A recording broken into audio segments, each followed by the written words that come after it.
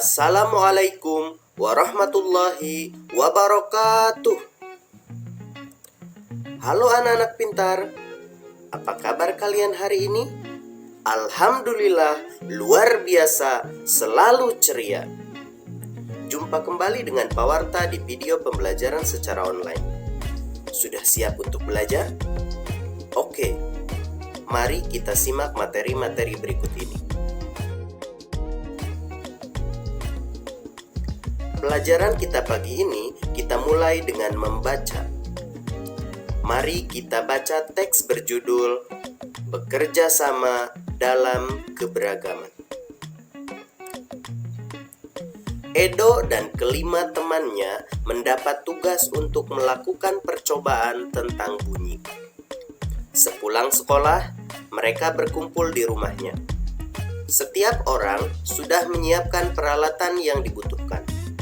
Lani dan Siti membawa beberapa kaleng yang sudah dilubangi. Udin dan Beni membawa benang kasur. Mereka berkumpul di halaman depan rumah. Keenam sekawan siap bekerja sama melakukan percobaan. Saat percobaan akan dimulai, tiba-tiba terdengar azan. Siti dan Udin meminta izin teman-temannya untuk sholat. Teman-temannya mengizinkan mereka untuk melakukan ibadah. Edo meminjamkan ruang makannya untuk digunakan Siti dan Udin sholat. Meskipun Edo beragama Katolik, ia tidak keberatan rumahnya dipakai untuk sholat. Beni yang beragama Kristen, Dayu yang beragama Hindu, dan Lani yang beragama Buddha menunggu dengan sabar temannya beribadah. Keenam sahabat selalu menghargai satu dengan yang lain. Tiba saatnya keenam sekawan melakukan percobaan. Setiap orang menunjukkan tanggung jawabnya dalam bekerja. Tidak ada satupun di antara mereka yang duduk diam atau memberi perintah saja. Semuanya ikut bagian dalam percobaan.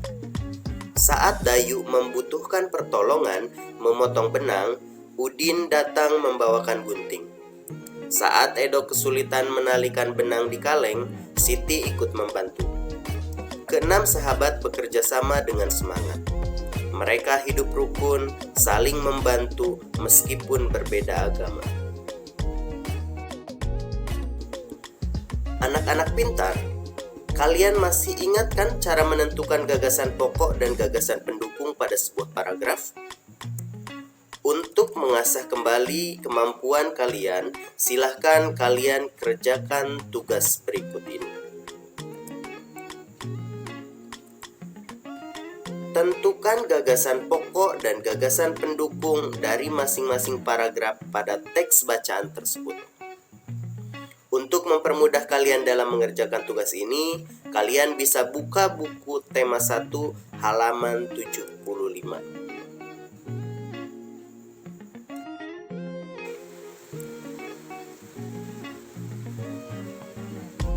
Anak-anak pintar, pernahkah kalian melakukan permainan yang berhubungan dengan indera pendengaran? Jika kedua mata kalian ditutup menggunakan penutup mata, apakah kalian bisa menentukan arah sumber bunyi? Jika kalian bisa melakukannya, itu berarti indera pendengaran kalian berfungsi dengan baik.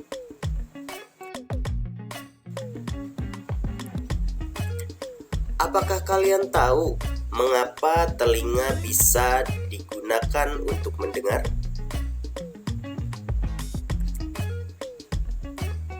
Bunyi dihasilkan oleh benda yang bergetar. Getaran bunyi ini membuat udara di sekitarnya pun ikut bergetar.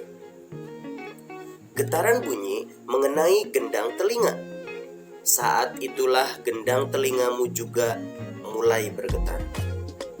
Getaran dari gendang telingamu menjadi lebih besar di telinga tengahmu dan diubah menjadi pesan-pesan listrik di telinga dalammu. Pesan-pesan listrik inilah yang disampaikan ke otak dan direspon oleh otak. sehingga pada akhirnya kita dikatakan bisa mendengar. Apakah kamu pernah mengalami gangguan indera pendengaran? Apa yang kamu rasakan saat itu? Jika hal itu terjadi, pasti kalian akan merasa tersiksa sekali. Makanya, kita patut bersyukur kepada Allah, Tuhan yang Maha Esa, atas karunia-Nya berupa pendengaran yang sempurna ini. Bersyukur kepada Tuhan juga diajarkan oleh agama yang kita anut masing-masing. Sebagai negara yang berbineka tunggal ika, Indonesia memiliki keragaman dalam hal agama yang dianut oleh warga masyarakatnya. Berdasarkan penetapan Presiden nomor 1 tahun 1965 dan Undang-Undang nomor 5 tahun 1969, ada 6 agama yang diakui di Indonesia, yaitu 1.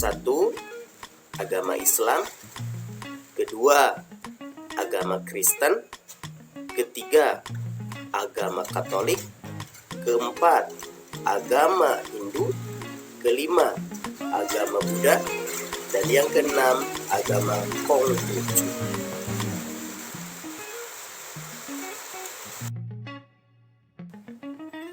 Anak-anak pintar, apakah kalian tahu kitab suci, tempat ibadah, serta hari raya dari keenam agama yang diakui di Indonesia tersebut?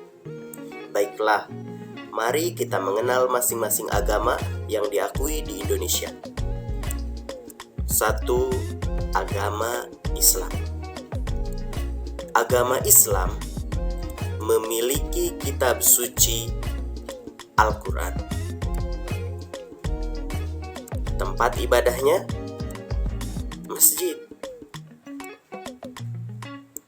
Dan hari rayanya ada hari raya Idul Fitri dan hari raya Idul Adha. Kedua, Kristen. Kitab suci agama Kristen adalah Alkitab.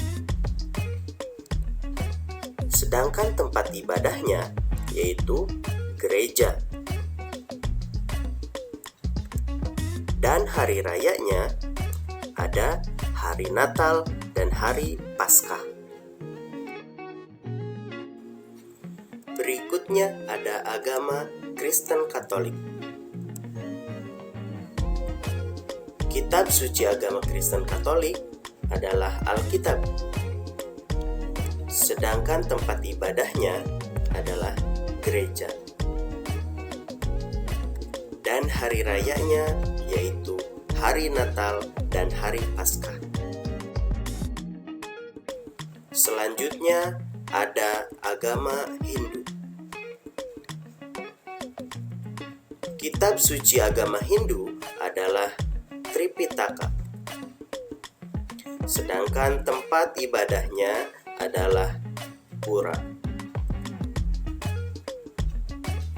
Dan hari raya agama Hindu yaitu hari Nyepi dan hari Galungan.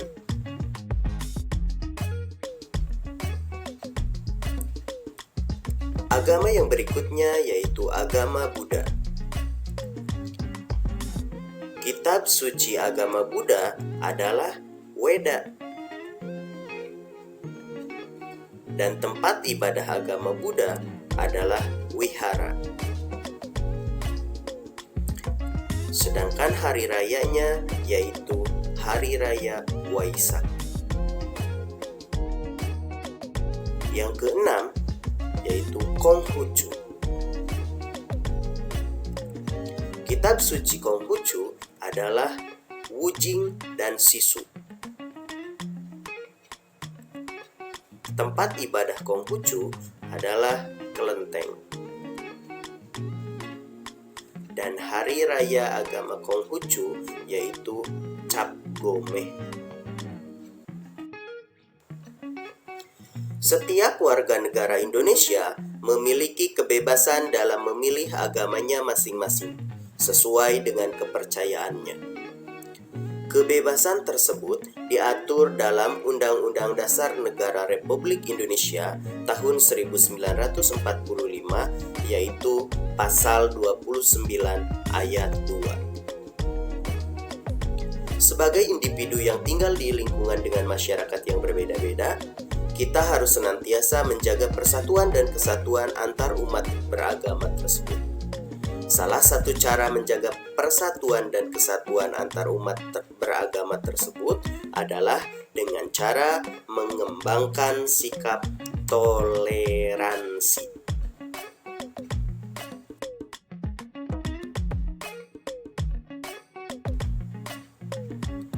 Sekarang, silahkan kalian kerjakan tugas berikut. Kemukakan 3 tindakan yang bisa kamu tunjukkan sebagai bentuk toleransi terhadap pemeluk agama lain. Kalian catat di buku tugas masing-masing, kemudian foto dan upload di Classroom.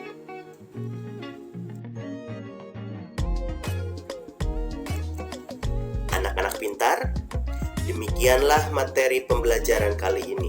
Semoga bermanfaat bagi kita semua. Jangan lupa subscribe channel YouTube-nya ya. Dan jangan lupa share dan like videonya. Akhir kata dari pewarta, wassalamualaikum warahmatullahi wabarakatuh.